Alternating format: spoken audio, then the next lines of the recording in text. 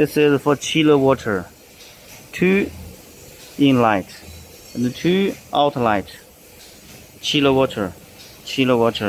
This is high pressure. Compressed air inlet, high pressure. This is for low pressure. In the future, we will put a regulator, so you just connect high pressure. Regulator can transfer some high pressure to low pressure. It's for low pressure.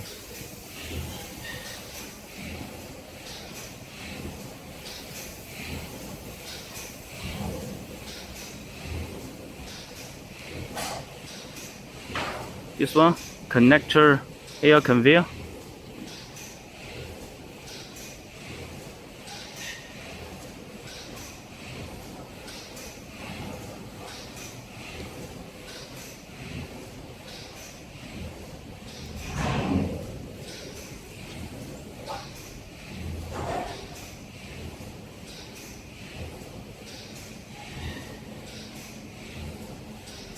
When you get the machine, you need the installation disc.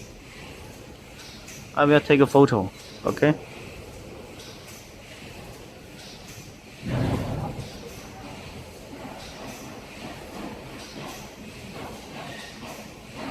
Sensor.